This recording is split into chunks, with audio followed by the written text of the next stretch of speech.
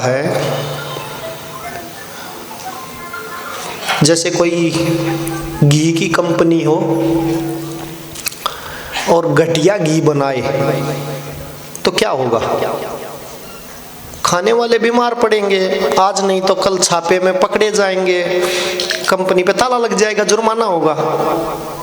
कोई शहद की कंपनी हो, नकली दूध की हो, या कोई घटिया कैमरा बनाए, धीरे धीरे कंपनी बैठ जाएगी, बिकने बंद हो जाएंगे। लेकिन अगर कोई घटिया संतान बनाए तो उसको जूते लगने चाहिए या नहीं? अरे घटिया कैमरा बना दिया, वो तो झोले में पड़ा रहेगा, संतान तो देश समाज में विचरती घूमेगी, वो तो और ज्यादा नाश करेगी। वो तो उसने चलता फिरता एक ऐसा कबाड़ बना दिया है। मोबाइल में एक गेम आता था, आप लोगों में से पता नहीं किसी ने सुना है नहीं, बच्चे गेम खेलते हैं ना, टेम्पल रन और तरह के तमाम गेम आते हैं। 8-10 साल पहले एक प्रसिद्ध गेम आया था मोबाइल में, ब्लू व्हेल नाम सुना किसी ने? अपने मोबाइलों में खूब चलता था, अभी तो पूरे विश्व में बैन है वो। उस मोबाइल गेम में क्या होता था, भारत में भी था, सब जगह था वो, तो बच्चे आत्महत्या करते थे उस गेम को जीतने के लिए। हाँ, मैं थोड़ा पीछे हो गया, अभी आवाज ठीक आ रही है ना? ज्यादा वो माइक मुंह में देने से गूंजता भी है। उस गेम को जीतने के लिए बच्चों को आत्महत्या करनी पड़ती थी। तो भारत में भी कई हजार बच्चों ने आत्महत्या की, पूरे विश्व में की। और उस गेम को बनाने वाले व्यक्ति का नाम था फिलिप बुडेकिन, 18-19 साल का लड़का, अभी 24-25 का हो गया, जेल में पड़ा है, रूस की जेल में। तो इंटरनेशनल अदालत में जब उसके ऊपर मुकदमा चला कि भाई तुमने पूरे विश्व में 10-20-50 हजार बच्चों को मारा है, तो उसने कहा कि वकील नहीं करेंगे, मैं अपना केस खुद लड़ना चाह रहा हूं। मैं और पीछे हो जाऊंगा, कोई बात नहीं, अपन पीछे हटते रहेंगे। तो ये कह रहा, उसने ये कहा कि वकील नहीं करूंगा, मैं अपना मुकदमा खुद लड़ूंगा। तो उससे पूछा गया कि आपका जो ये गेम है ये 50,000 60,000 बच्चों की हत्या का उत्तरदायी है, क्या आप अपराध स्वीकार करते हैं? तो उस व्यक्ति ने कहा कि नहीं, मैं अपराध तब स्वीकार करूंगा, ये जो विश्व के मान्य जज यहाँ बैठे हैं, इंटरनेशनल कोर्ट, वैश्विक अदालत में मेरे पर मुकदमा चल रहा है, ये बताएं कूड़े की परिभाषा। कूड़ा, डस्ट, कचरा जिसमें डालते हैं उसको तो डस्टबिन कहते हैं। डस्ट मतलब क्या? कूड़ा मतलब क्या? तो उन्होंने सोचो, इतनी छोटी सी बात के लिए भी समय मांगना पड़ा। 1 महीना विचार किया और पूरे विश्व के बुद्धिमान लोग वहां बैठे और आखिर में इस नतीजे पे पहुंचे कि कूड़ा मतलब वो वस्तु जिसको त्याग देने के बाद हम उसकी परवाह नहीं करते। जैसे कुरकुरे खाया, पैकेट फेंक दिया, अब तुम 1 महीना टेंशन में रहोगे कि वो पैकेट कहाँ गया होगा यार, उसके ऊपर से गाड़ी तो नहीं उतर गई होगी, बेचारा किसी ने फूंक तो नहीं दिया, चिंता करते हो क्या? नहीं। पानी पिया, बोतल फेंक दी, चिंता करते हो क्या इस बोतल के साथ क्या होगा? कूड़ा मतलब ऐसी कोई चीज जिसको एक बार हमारे हाथ से वो त्याग दी गई, उसके बाद हम उसकी परवाह नहीं करते। तो उस फिलिप बुडेकिन ने, उस रशियन लड़के ने कहा कि मैंने किसी के भी बालक नहीं मारे इस विश्व में, क्योंकि जो बालक होते हैं ना, वे तो बड़े प्रयत्न से, बड़े ध्यान से पैदा किए जाते हैं, उनकी एक एक एक्टिविटी पे माँ बाप निगाह रखते हैं। मेरे गेम से जो मरा है वो तो कूड़ा था, मैंने इस विश्व का कूड़ा साफ किया है। क्योंकि जिस माँ बाप ने बच्चा अंदर से निकाल के बाहर समाज में फेंक दिया, उनको पता ही नहीं कि उनका बच्चा मोबाइल में क्या चला रहा है, क्या देख रहा है, और वो चलाता चलाता आत्महत्या तक पहुंच गया और माँ बाप को पता भी नहीं चला। तो मैं अपराधी नहीं हूं किसी भी हत्या का, क्योंकि कूड़ा साफ करना कोई अपराध नहीं है। तो गृहस्थ आश्रम की जो नींव, मूल है, वो है उत्तम संतति। चंडीगढ़ के पास एक जगह है मनाली।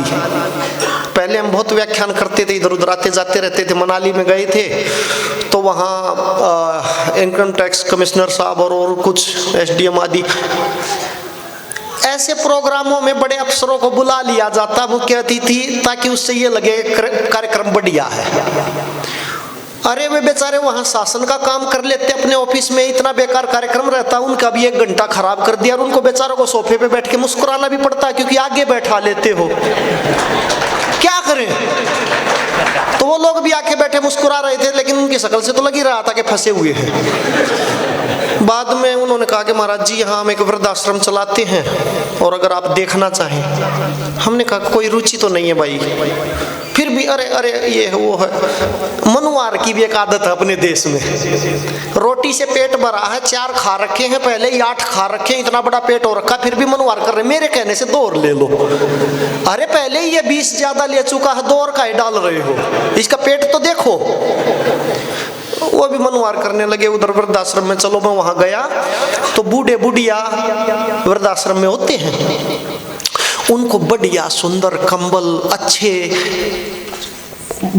रूम से ही अटैच लेटरिन बाथरूम, साबुन शैम्पू रखे और बढ़िया मार्बल का फर्श बिछा, अच्छी सुविधाएं, एसी लगा रखी। और उन्होंने कहा, ये 40-50 बूढ़े बुढ़िया वहां इकट्ठे कर लिए मरे गिरे, और मेरे को ये कहा कि इनको 2 शब्द कहो। मैंने कहा 2 में तो पेट नहीं भरेगा, इन पापियों को तो ज्यादा कहना पड़ेगा। तब उनके चेहरे का रंग उतरा कि अरे ये तो गलत बाबा को यहाँ पकड़ लाए। हमने कहा कि देखो, सनातन में सदा से 4 आश्रम होते आए हैं, ब्रह्मचर्य आश्रम, गृहस्थ आश्रम, वानप्रस्थ आश्रम, संन्यास आश्रम। ये आरामजादे बूढ़े बुढ़िया वे लोग हैं जिन्होंने सनातन में 5वां आश्रम पैदा कर दिया, वृद्धाश्रम। इन्होंने इतनी घटिया संतान पैदा की, ये ताली बजाने की बात नहीं है, डूब के मर जाने की बात है असल में तो। लेकिन डूब के मरने की बात पे जब जनता बेशर्म हो जाती, क्योंकि उन्होंने भी अपने ऐसे ही पैदा कर रखे हैं, तो फिर हंस भी सकते हैं। सुनो, हमने कहा कि अगर बस चले सरकार का या धर्मसभा का, इनको नंगे करके सुबह शाम कोड़े लगवाओ ताकि समाज के लिए सबक बने। इन्होंने इतनी घटिया, निर्लज्ज और निकृष्ट संतति पैदा की, जो देश और धर्म की तो कहां होगी, वो अपने माँ बाप की भी नहीं है। इनको उठा के यहाँ वृद्धाश्रम में फेंक गई। कोई कंपनी घटिया प्रोडक्शन करे तो उसको दंडित किया जाना चाहिए। यहाँ तुम इनको मलाई दे रहे हो, कोफ्ता दे रहे हो, सुबह सुबह पोहा चाय दे रहे हो, बढ़िया कंबल दे रहे हो, जूते मारो सालों को पकड़ के। सही कह रहा हूं, ये जितने चोर घूम रहे हैं मी में नहीं बरसे हैं, किसी ने किसी की कोख ने पैदा किए हैं। ये जितने हत्यारे घूम रहे हैं मी में नहीं बरसे हैं, मेंढकों की तरह, कान खजूरों की तरह ईंट के नीचे पैदा नहीं हुए हैं, किसी के घर में हुए हैं। तो मेरे भाई बहनों, अपना आधार स्तंभ गृहस्थ जीवन का, बाकी सारी बातें हवा हवाई हैं, मिल के रहना चाहिए, आपस में स्नेह होना चाहिए, अरे ये सब बकवास है। तुम लोगों का एक ही काम है, इस राष्ट्र को उत्तम संतानें देना, और अगर वो तुम नहीं दे पा रहे हो तो फिर कैसी भी मिश्री जैसी वाणी बोल रहे हो, तुम्हारे मुंह पे ज्यादा से ज्यादा चींटी आगे लग जाएगी, लेकिन देश धर्म का कोई भला नहीं होगा। उत्तम संतान, और उत्तम संतानों के लिए सनातन में 16 संस्कारों का विधान है। कितने? बोलो, मुंह से तो बोल दो, 16। ठीक है, उस 16 में एक संस्कार है, वो तो लठ के जोर पे कर देते क्योंकि वो दूसरे करते हैं।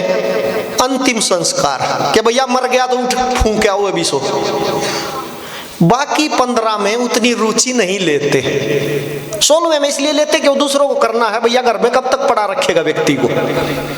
तो देखो, गृहस्थी की मूलभूत नींव सनातन में प्रथम संस्कार, उसको कहते हैं गर्भाधान संस्कार। क्या कहते हैं? गर्भाधान।